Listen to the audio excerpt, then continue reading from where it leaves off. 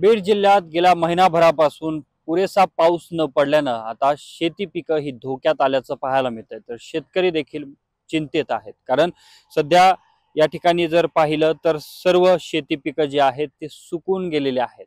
जमिनीच्या वर डोकं काढल्याच्या नंतर गेल्या महिनाभरापासून या पिकांना पुरेसा पाऊस नसल्यानं पिकांची परिस्थिती ही अतिशय बिकट बनल्याचं पाहायला मिळतंय। शेतकरी देखील यामुळे चिंतित आहेत। आतापर्यंत ही पिकं वाचली आणि गेल्या 8 दिवसांमध्ये जो रिमझिम पाऊस झाला होता त्यामुळे यांना पुन्हा एकदा जीवदान मिळालं।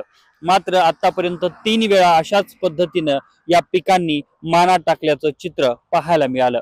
आता देखील या पिकांना पुढील 10 ते 15 दिवसात पुरेसा पाऊस पडला नाही तर ही पिकं पूर्णपणे करपून जाण्याची शक्यता आहे। दुबार पेरणीचं जवळपास हे संकट जरी टळल्याचं सध्या पाहायला मिळत असलं तरी मात्र शेतकऱ्यांवरती या अशा पद्धतीच्या पावसामुळे आणि पुरेसं पाणी मिळत नसल्यानं जे उत्पन्न निघणार आहे ते घटण्याची देखील शक्यता आहे। तर दुसऱ्या बाजूला पाऊसच नाही पडला तर मात्र पुन्हा एकदा हे पिकं करपून जातील की काय, अशा प्रकारच्या चिंतेमध्ये सध्या बीड जिल्ह्यातील शेतकरी असल्याचं पाहायला मिळतंय।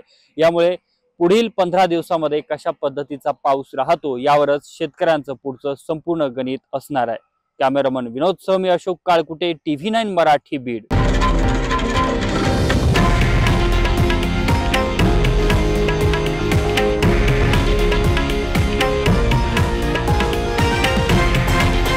हे आहे देशातील नंबर 1 न्यूज नेटवर्क आणि आपण पाहत आहात TV9 मराठी, एकमेव।